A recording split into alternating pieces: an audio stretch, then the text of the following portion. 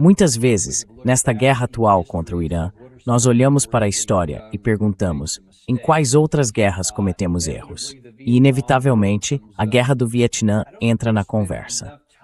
Não acho que tenhamos dedicado tempo suficiente para falar sobre isso, porque um dos nossos leitores, aliás, somos muito gratos a ele, um dos nossos espectadores, desculpem, tirou um tempo para dizer: "Ei, dê uma olhada nesse livro de 1994, em retrospecto, de Robert McNamara, no qual ele listou 11 lições aprendidas com a guerra. E hoje vamos examinar essas lições." Quando eu vi isso, pensei: uau, isso é assustadoramente parecido com o que estamos fazendo agora. Estamos repetindo muito mais dos mesmos erros do que eu imaginava antes. Aliás, diríamos o nome da pessoa que enviou isso, mas apagamos inadvertidamente o e-mail de onde veio.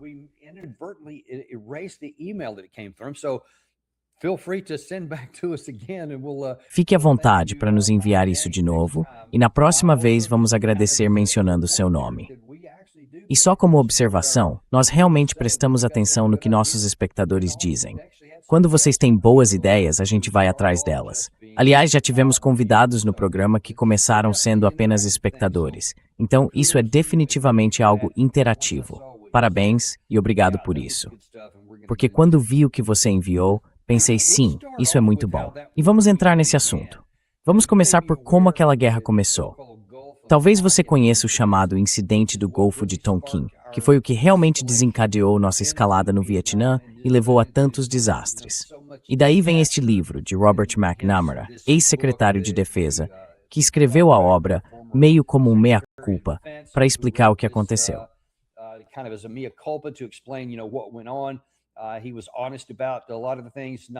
Ele foi honesto sobre muitas coisas, sobre outras, nem tanto. Mas foi muito, muito singular e útil conseguir enquadrar as coisas e entender o que aconteceu cerca de 30 anos antes de ele escrever este livro.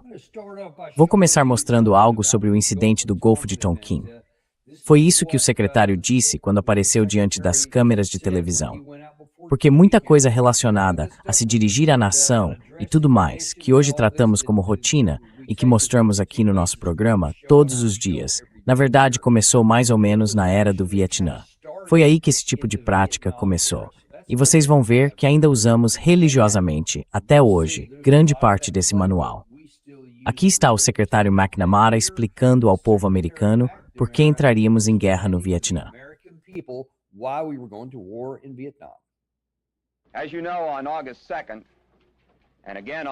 Como vocês sabem, no dia 2 de agosto, e novamente no dia 4 de agosto, embarcações de superfície norte-vietnamitas atacaram destroyers dos Estados Unidos que realizavam patrulhas de rotina em águas internacionais, no Golfo de Tonkin. Em retaliação a isso,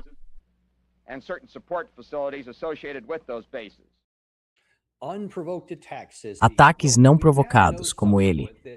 Bem, depois ficamos sabendo que houve um ataque no dia 2 de agosto. Não houve ataque no dia 4 de agosto, como ele disse 2 dias depois. Isso foi completamente fraudulento. O primeiro ataque de fato aconteceu, mas o contexto mudou bastante. Em vez de um ataque não provocado, como ele alegou, agora sabemos que era o navio dos Estados Unidos que estava envolvido, apoiando uma embarcação sul-vietnamita em uma atividade de guerra. Então eles estavam revidando. Era um alvo militar completamente legítimo, mas nós o caracterizamos como um ataque não provocado. E aí algumas dúvidas sobre o que aconteceu depois. Se foi algum sonar defeituoso, mau tempo, e nós interpretamos inadvertidamente os sinais como sendo uma coisa ou outra.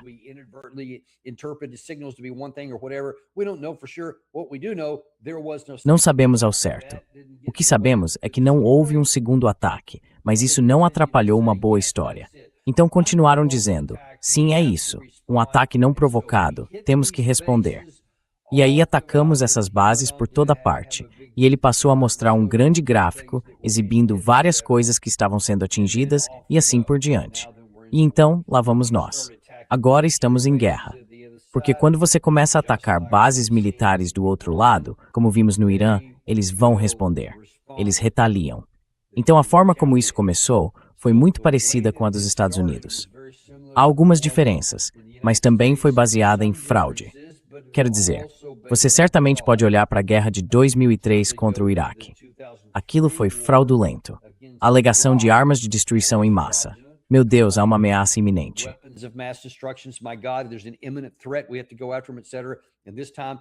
Temos que ir atrás deles e assim por diante. E desta vez, foi o fantasma do passado futuro das armas de destruição em massa. Desta vez, armas nucleares. Eles estavam há 2 semanas de ter uma arma nuclear.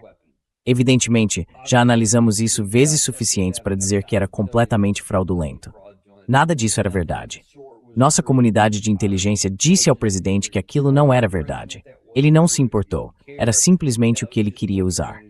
Então, ele mentiu para o povo americano. O secretário de Defesa mentiu para o povo americano. O secretário de Estado mentiu para o povo americano dizendo que todas essas coisas eram verdadeiras quando sabiam que não eram. E foi assim que começamos, da mesma forma que fizemos antes. E você vê que isso aconteceu na Guerra do Iraque, em 2003.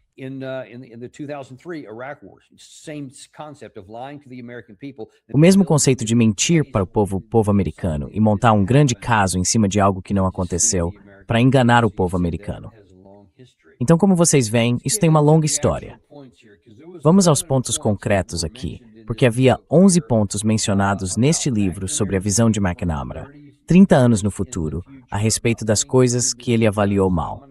E eu vou mostrar a vocês como, juro por Deus, isso poderia ter sido escrito sobre a guerra em que estamos agora. Não há um único ponto que não tenha relevância para o que estamos fazendo hoje. Ou seja, não aprendemos absolutamente nenhuma lição. Número 1.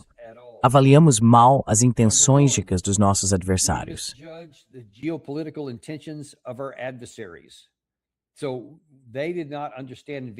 Então, eles não entenderam o Vietnã. Não entenderam o quanto os norte-vietnamitas eram sérios em relação à sua causa, nem o quanto estavam dispostos a fazer qualquer sacrifício por ela. Ou seja, você pode matar muitos deles, no fim das contas, milhões. E isso ainda não vai fazer diferença, porque eles acreditavam até a morte. Porque como se viu depois de agosto de 1966, ou desculpe, 64, aquilo se transformou numa luta existencial, pela qual não havia preço que eles não estivessem dispostos a pagar.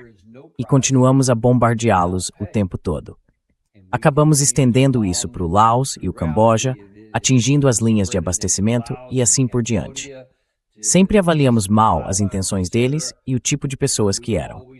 Estamos fazendo a mesma coisa com o Irã.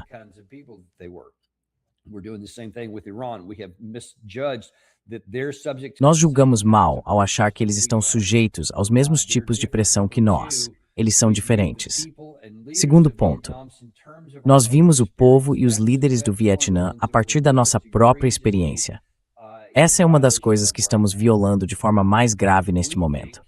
A gente pensa assim, se eu estiver saindo de casa para ir ao Giant, ao Piggly Wiggly, dependendo da região do país, ou ao supermercado Publix, e de repente começarem a cair bombas, cara, e tudo o que tivermos de fazer for o que quer que quem está lançando essas bombas esteja mandando, eu diria, vamos fazer isso, cara, vamos fazer as bombas pararem. Porque sabe, a gente não quer que nossa vida seja interrompida. E certamente não quer que explodam nosso supermercado, nossas pontes ou qualquer coisa assim.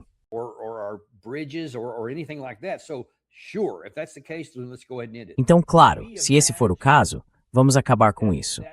Imaginamos que é isso que aconteceria conosco se alguém chegasse com esse tipo de pressão. Isso é completamente falso, e temos evidências concretas disso. Mas de alguma forma imaginamos isso e pensamos, bem, se seria assim para nós, então também é assim para eles. Então basta causar dor suficiente, talvez fazer com que percam os empregos, talvez elevar tanto o preço do petróleo, fazer a inflação disparar. E claro, como fazemos quando essas coisas acontecem, sempre culpamos Washington DC e o nosso governo. Então eles farão o mesmo, vão culpar Teherã, culpar o governo deles. O povo vai culpar o próprio governo.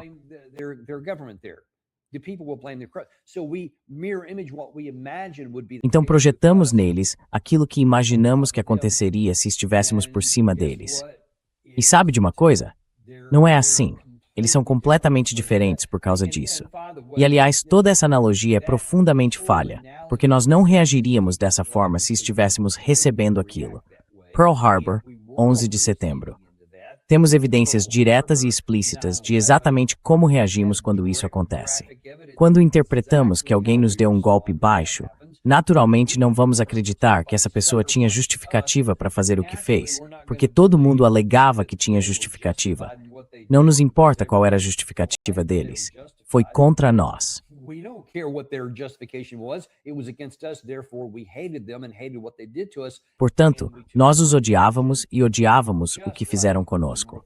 E tomamos as medidas apropriadas, assim como os norte-vietnamitas fizeram, assim como os iraquianos fizeram em 2003 e os iranianos estão fazendo agora. Então vamos de fato ao número 3. Nós subestimamos o poder do nacionalismo. Essa é uma das coisas que, sem dúvida, subestimamos muito. E o próprio McNamara também. 30 anos depois ele entendeu isso, mas deixa eu mostrar algo de, acho que 1965, neste caso, em que ele, enquanto vivia aquilo, não entendia a questão do nacionalismo e como ele funciona durante uma guerra sobre uma população que está sendo atacada.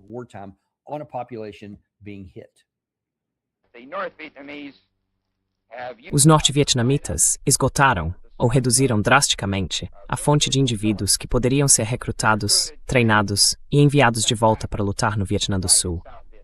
E agora estão tendo de recorrer às unidades regulares de suas forças para esse fim. E isso é compreensível. Creio estar correto ao dizer que nos últimos 4 anos e meio, o Vietcong, os comunistas, perdeu 89 mil homens mortos no Vietnã do Sul. Nem todos esses homens foram infiltrados a partir do norte, mas um número importante foi. E somando isso à expansão das forças do Vietcong no sul, é possível ver o forte esgotamento dos recursos humanos do norte e a razão pela qual eles têm de recorrer às suas unidades militares regulares para continuar enviando homens por essas rotas de infiltração.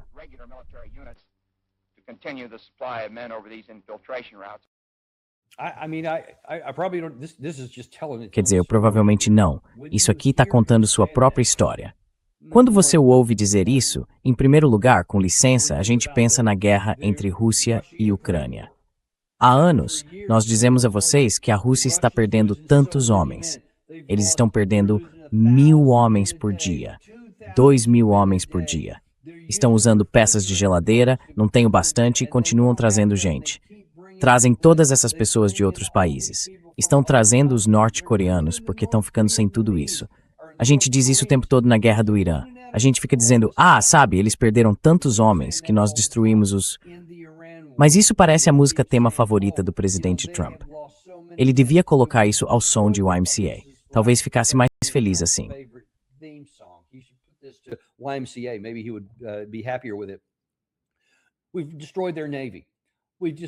Destruímos a marinha deles. Destruímos a defesa aérea deles. Eles não têm mais nada.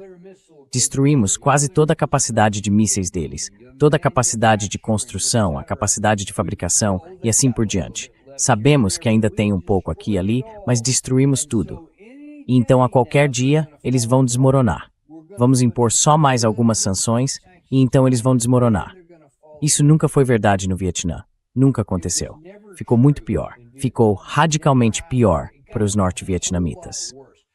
É inacreditável a quantidade de armamento que lançamos sobre algumas das rotas deles, como chamavam, algumas das linhas logísticas que tinham a partir de outros países, de outros lugares diferentes.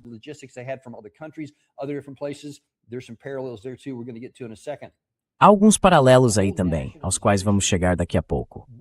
Mas toda a questão do nacionalismo, nós subestimamos o quanto isso uniria o povo do Vietnã do Norte e como eles pagariam qualquer preço. Não importava quantas toneladas de bombas lançássemos sobre eles. Olhe para Gaza hoje.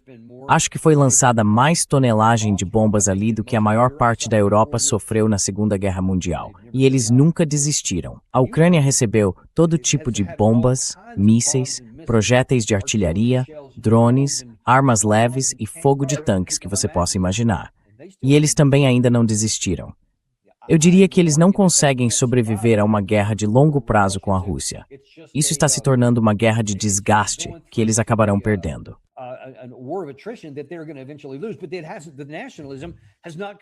Mas o nacionalismo não fez com que eles desistissem. Eles vão pagar qualquer preço por isso. E agora na tela aqui no Irã, tá vendo? Essas são algumas imagens durante o cortejo fúnebre do líder supremo, Ali Khamenei. E pelo que entendo, ainda há protestos em apoio ao governo quase todos os dias.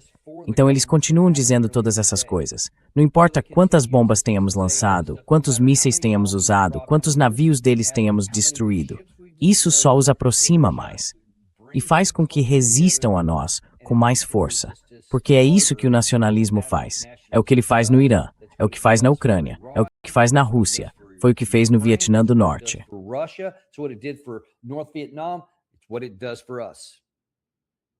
É isso que isso faz por nós. Como alguém pode não entender isso? Eu não sei. Mas nós entendemos errado. Entendemos mesmo. Então a questão é o erro de avaliação tanto dos amigos quanto dos inimigos, refletido na nossa profunda ignorância sobre a história, a cultura e a política dos povos da região. De novo, caramba. Quero dizer, isso deveria estar escrito exatamente sobre este caso aqui. Nós nem nos importamos com os nossos aliados na região. Arábia Saudita, Catar, Iêmen. Não, Iêmen não, desculpem. Emirados Árabes Unidos, Bahrein, Kuwait. Nós nem nos importamos que eles estejam sofrendo por causa da guerra que o presidente Trump decidiu lançar por escolha própria. Não era necessária. Ninguém os estava ameaçando.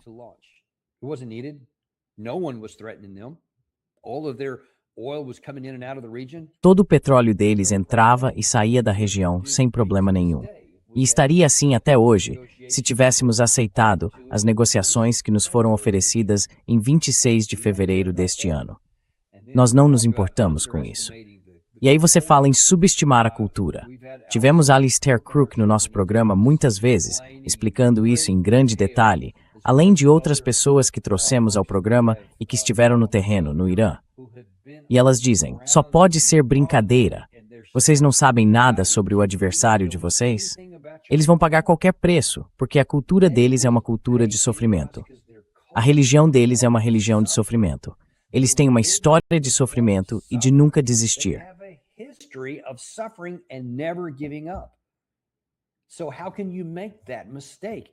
Então, como é que você pode cometer esse erro? Não é difícil de perceber. Isso está absolutamente na superfície. Não é coisa de doutorado, em que você tem que interpretar sinais e entender nuances.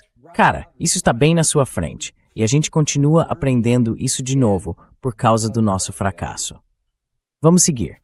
O texto dizia, número 5, não conseguimos reconhecer os limites dos equipamentos modernos de alta tecnologia ao enfrentar movimentos populares não convencionais e altamente motivados. Eu mencionei há um minuto que uma das coisas mais impressionantes, realmente, no meu estudo sobre a Guerra do Vietnã, em relação aos norte-vietnamitas, foi a quantidade inacreditável de toneladas de bombas que lançamos sobre eles, tentando destruir todas as suas linhas de logística.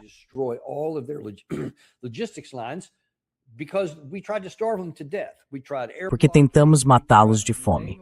Tentamos bloqueios aéreos, tentamos bloqueios navais, tudo o que você puder imaginar.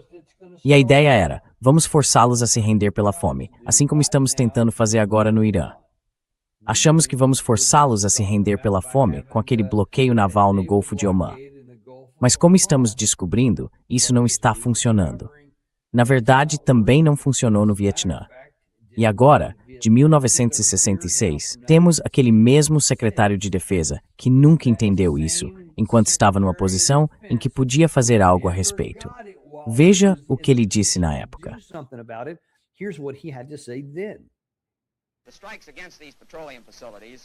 Os ataques contra essas instalações petrolíferas foram iniciados para combater a crescente dependência do Vietnã do Norte do uso de caminhões e embarcações a motor, para facilitar a infiltração de homens e equipamentos do Vietnã do Norte para o Vietnã do Sul.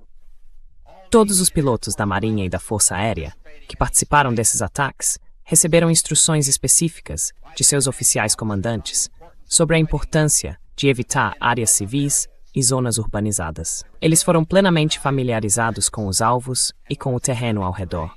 Os ataques foram realizados com boa visibilidade, o que permitiu a identificação visual clara dos alvos e do terreno ao redor.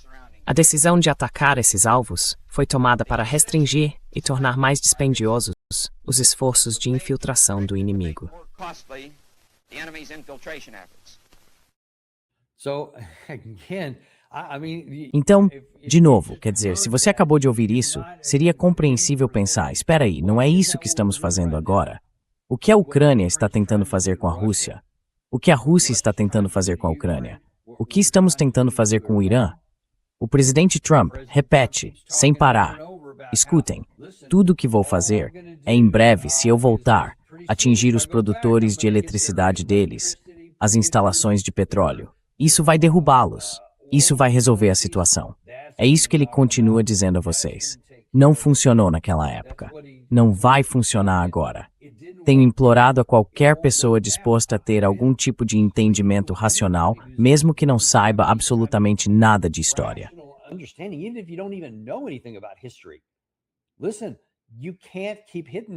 Olha, você não pode continuar atacando as pessoas desse jeito e achar que não vai haver uma resposta, que elas não vão encontrar uma forma de contornar isso, como os norte-vietnamitas fizeram. Foi incrível porque, veja, eles não tinham muita capacidade motorizada.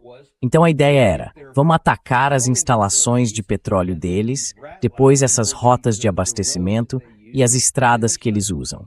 E então eles começaram a transportar coisas pela selva. Nós mostramos isso a vocês. Bom, acho que eu tenho isso bem aqui. Quer dizer, nesse mapa do Irã, dá para ver Paquistão, Afeganistão, Turcomenistão, Turquia, Azerbaijão, Iraque, é claro. Há muitas rotas terrestres pelas quais o Irã pode agir. Se entrar numa situação de emergência, não faltam coisas que eles possam fazer, pessoal.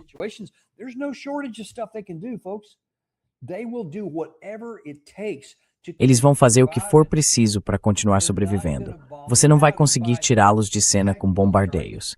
E ao atacar esses alvos, Deus nos ajude se o Trump realmente cumprir essa promessa, porque ele vai aprender isso ainda mais do que os norte-vietnamitas aprenderam. Porque esses caras, os iranianos, podem revidar. E basta perguntar aos russos sobre isso. Nos últimos anos, eles começaram a atacar muitos sistemas de energia ucranianos. E agora que estão sentindo um pouco disso na pele, isso não vai fazer diferença na guerra, mas certamente está doendo.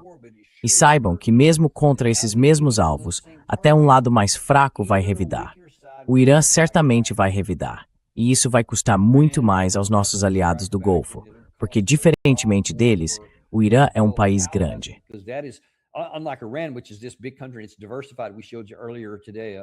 É diversificada. Mais cedo hoje, mostramos um vídeo do Fareed Zakaria, que analisou e falou sobre várias outras atividades econômicas que o Irã mantém. Eles conseguem ganhar dinheiro. Esses árabes do Golfo, cara, é só isso. É petróleo ou nada. Ou vendem petróleo e pagam com o petróleo por tudo que recebem de fora, ou não tem comida, dinheiro, água nem nada mais, se essas instalações forem atingidas.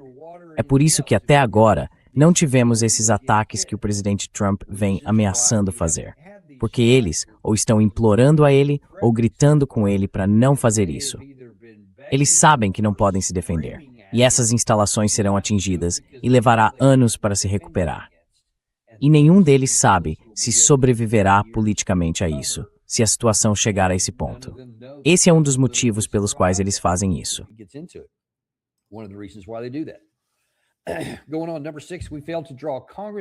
Seguindo, número 6. Não conseguimos envolver o Congresso e o povo americano numa discussão plena e franca antes de iniciar a ação. E claro, esse foi um dos motivos para termos a Lei dos Poderes de Guerra, de 1973. Lembrem-se, nesta análise específica, estamos falando de coisas que aconteceram de 1964 a 1966. E ele reconheceu que era preciso voltar atrás e conquistar o apoio da população de antemão. Agora, embora haja muitos problemas morais nisso, Bush e o governo dele pelo menos aprenderam essa lição. Então tentaram construir todo esse caso, tanto no Conselho de Segurança da ONU e na arena internacional, quanto certamente aqui em casa e definitivamente no Congresso.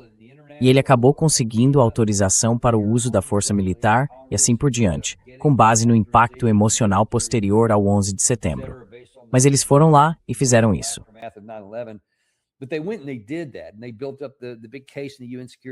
E eles montaram aquele grande caso no Conselho de Segurança da ONU.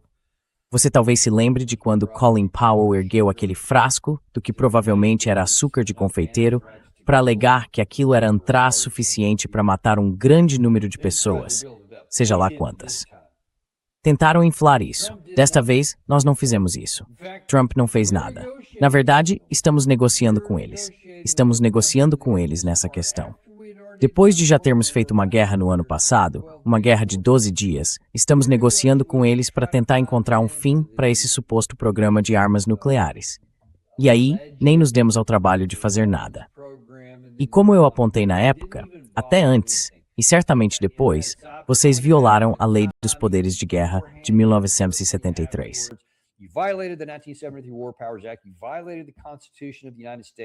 Você violou a Constituição dos Estados Unidos, a separação de poderes entre o artigo 1 e o artigo 2, o poder legislativo e o poder executivo, e não se importa. Eles também não se importam. Ninguém fez nada a respeito, e agora você está pagando o preço. E agora, o presidente Trump está perdendo apoio até entre os seus próprios aliados. Esta guerra já é a guerra menos popular da história americana, considerando pesquisas feitas tão cedo no conflito. É ainda menos popular do que a guerra do Iraque, que acabou sendo um desastre absoluto para George Bush, para o povo americano e para o povo iraquiano. Mas politicamente, ele está dizendo que esta é a lição que você precisa aprender.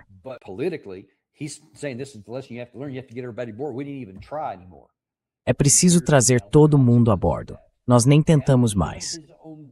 E agora está aí a consequência disso. Até a própria base dele está se voltando contra ele.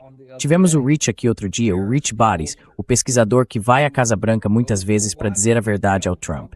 E ele mostrou, nos gráficos que apresentou aqui no nosso programa, que o apoio do pessoal MAGA da base dele está se esvaindo.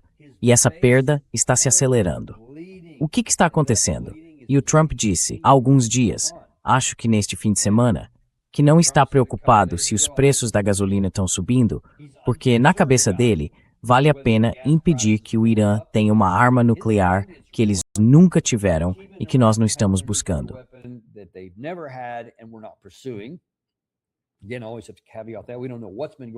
Mais uma vez, eu sempre preciso fazer essa ressalva. Não sabemos o que tem acontecido nos bastidores. Eles podem muito bem estar trabalhando em alguma coisa e ainda hoje poderemos ser surpreendidos por de repente uma nuvem de cogumelo em algum lugar no meio do Irã, numa área desértica de testes ou algo assim. Espero que isso não aconteça. Mas se acontecer, só vai acontecer por causa do que fizemos, e não apesar do que fizemos. De outro modo, isso nunca teria acontecido. Nós validamos isso. Mas agora é aí que o presidente Trump está. Não me importo. Só vou dizer às pessoas, bem, isso é o que vai impedir que aconteça.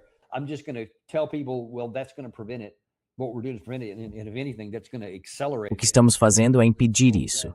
E se alguma coisa, isso vai acelerá-lo. Vamos torcer para que isso não aconteça. Então, definitivamente, não aprendemos essa lição. Número 7. Depois que a ação começou, não conseguimos manter o apoio popular. Em parte porque não explicamos plenamente o que estava acontecendo e por que fizemos o que fizemos. Olha, isso é só um meia-culpa, certo? Mas quero dizer, até na guerra do Vietnã, cara, você não convenceu ninguém, não porque tenha feito um mau trabalho de comunicação. Você simplesmente tinha uma história ruim. Não havia uma guerra que valesse a pena travar lá.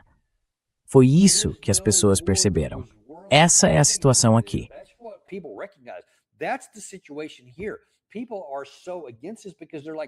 As pessoas são muito contra isso porque dizem, cara, primeiro, não existe nenhuma evidência de que havia um programa de armas nucleares.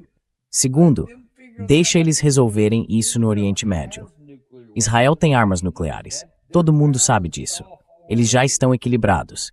Quer dizer, idealmente, qualquer um diria, claro, eu preferiria que eles não tivessem uma arma nuclear. Eu preferiria que ninguém mais tivesse arma nuclear e que a gente não expandisse esse clube. Mas ninguém quer ir à guerra por causa dessa possibilidade teórica de que talvez eles viessem a ter. Então não é uma questão de explicar as coisas o suficiente. A gente tenta fazer isso todos os dias. Caroline Leavitt viveu nessa bolha para sempre. Joe Biden e toda a equipe dele viveram nessa bolha, tentando nos convencer de por que era importante ir atrás da Rússia.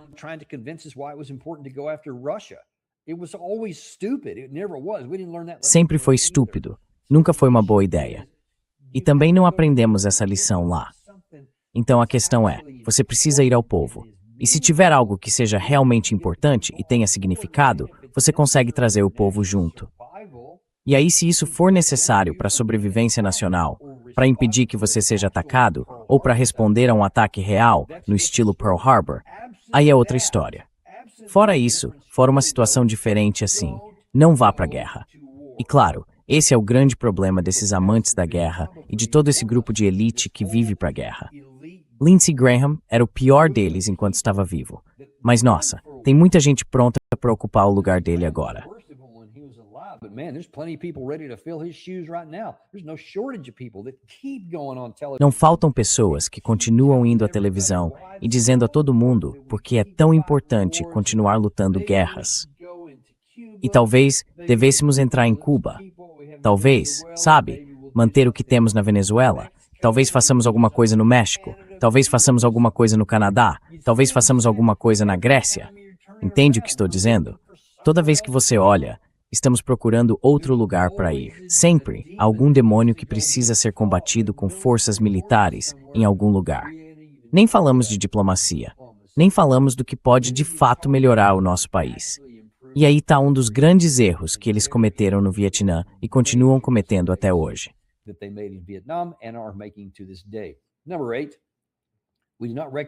Número 8. Não reconhecemos que nem o nosso povo nem os líderes são oniscientes. Sério? Isso precisa estar na lista? Vou deixar essa de lado. Número 9.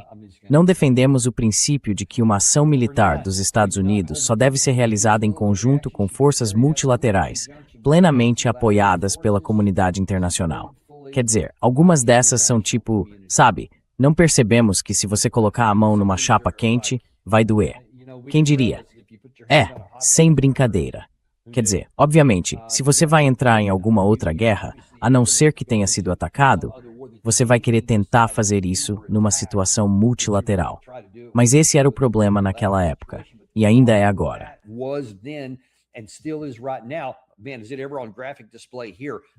Cara, isso está escancarado aqui, não está? Quero dizer, quantas vezes você já ouviu o secretário Hegseth, o presidente Trump ou vários outros membros do gabinete dele lamentarem que ninguém vem nos ajudar?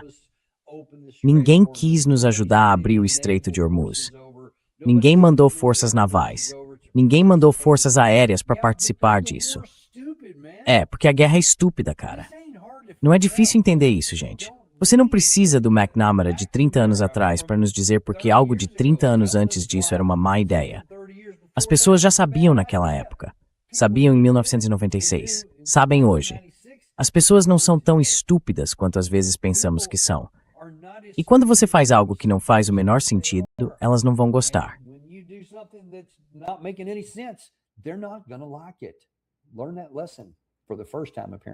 Aparentemente, aprender essa lição pela primeira vez. Número 10. Deixamos de reconhecer que pode haver problemas para os quais não existem soluções imediatas. De novo, se eu tivesse um emoji aqui, eu não o colocaria agora. Mas esse é um dos problemas do presidente Trump. Falei disso aqui várias vezes, só no último mês, mais ou menos.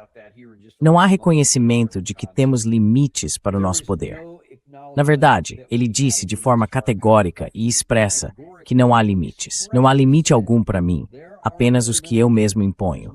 Ou seja, eu posso fazer tudo o que quiser e posso alcançar e realizar tudo o que quiser. E isso é potencialmente uma falha fatal, tanto para o próprio presidente quanto para o nosso país.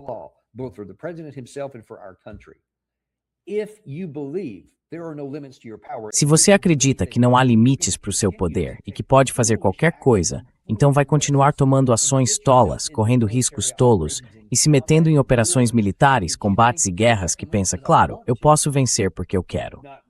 Sem reconhecer que basta uma análise básica, elementar, de como o poder de combate nacional é construído e das culturas que o acompanham, das economias ligadas a ele, das tradições, da religião, enfim, de todas essas coisas.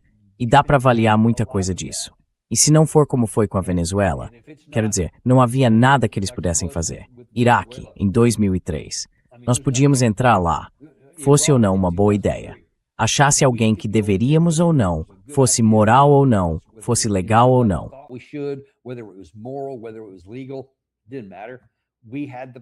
Não importava. Nós tínhamos o poder. E numa análise sem emoção, ou até sem moralidade, dava para ver, sim, se aplicássemos poder de combate suficiente, certamente poderíamos vencer essa guerra. Esse não é o caso agora. Tanto na Ucrânia e na Rússia, quanto nos Estados Unidos, Israel e Irã, esse equilíbrio pende decididamente a favor dos iranianos aqui e dos russos lá, por razões muito práticas.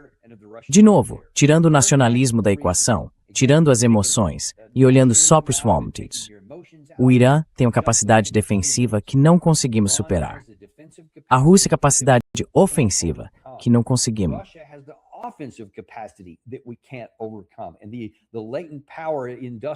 E o poder latente, industrial, econômico, de mão de obra, recursos, tudo isso é história, tudo isso está do lado da Rússia.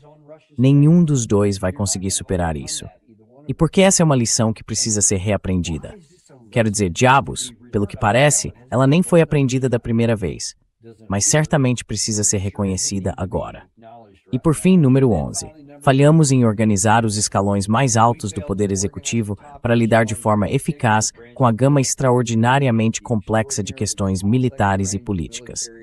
E, meu Deus, se há uma dessas 11 áreas em que esta administração atual é mais fraca, há uma grande disputa para saber em qual somos piores. Mas talvez seja esta.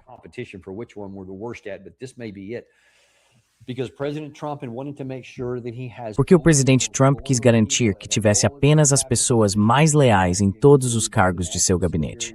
E isso inclui todo o aparato de segurança nacional, a CIA, as comunidades de inteligência, o Exército, a Marinha, a Força Aérea, os fuzileiros navais, o próprio Departamento de Defesa.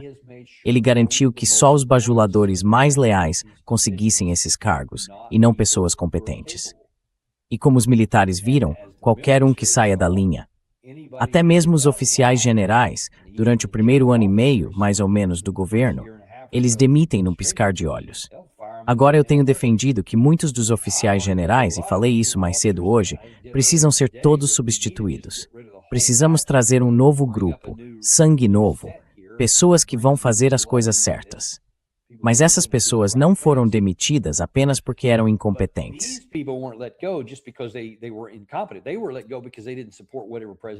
Eles foram demitidos porque não apoiavam tudo que o presidente Trump queria fazer. E isso manda um recado para todo mundo.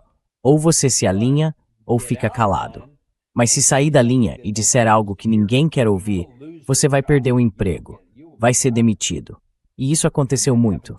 Então é um golpe duplo para nós, porque não temos a competência técnica necessária para fazer as coisas mais básicas que venho explicando aqui. E aqueles dentro da administração, porque ela é muito maior do que apenas quem entra em determinado momento. Os que têm competência, que enxergam isso e falam a respeito, são punidos. E isso deixa todos os outros que também enxergam o problema.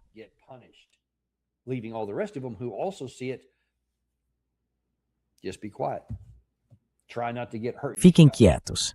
Tentem não se machucar também. E é isso que leva países ao abismo, porque não há ninguém para pisar no freio. E as pessoas que tentaram são demitidas. Então o resto para de tentar. Enquanto isso, esses caras que não são capazes continuam se enganando, se iludindo ou mentindo a respeito disso. E dizem ao cara que acha que não tem limites de poder e que tem o poder de tomar decisões para tomar medidas que só podem nos prejudicar. Foi ruim no Vietnã, foi ruim no Afeganistão, foi ruim na guerra do Iraque. Na maior parte foram constrangimentos. Não tiveram ramificações ou implicações específicas em qualquer outra coisa no mundo.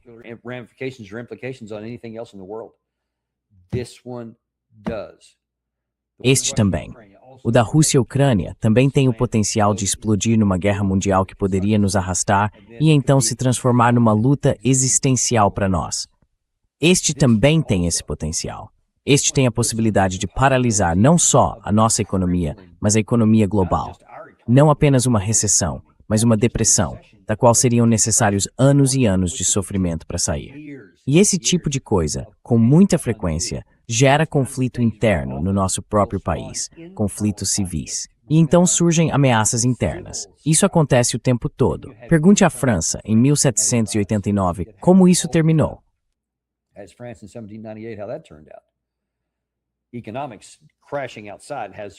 Economias entrando em colapso lá fora têm consequências aqui dentro. Especialmente quando as pessoas depois percebem que essa elite podre as levou ao abismo sem necessidade, quando tudo o que elas tinham, elas queriam manter indefinidamente. Uma vida sustentável, segura e lucrativa poderia ter continuado indefinidamente, mas nossos líderes não quiseram isso. E eles não aprenderam essas lições aqui. E a gente se pergunta sobre quais lições Pete Hegseth vai escrever daqui a 30 anos, o que ele vai ter percebido. Eu não sei. Espero que ainda existamos como país por tempo suficiente para realmente ler isso e nos perguntar se aquela geração vai finalmente aprender alguma coisa, seja quem for que esteja no comando naquela época.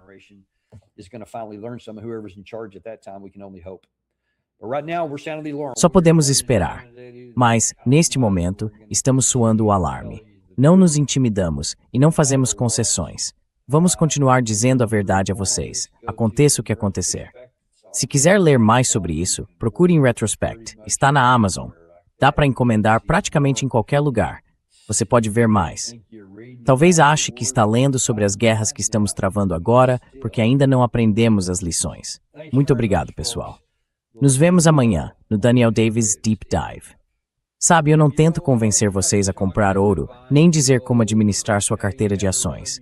Mas há uma forma de nos ajudar. Inscreva-se, clique no botão de curtir e compartilhe isto com alguém que você ama.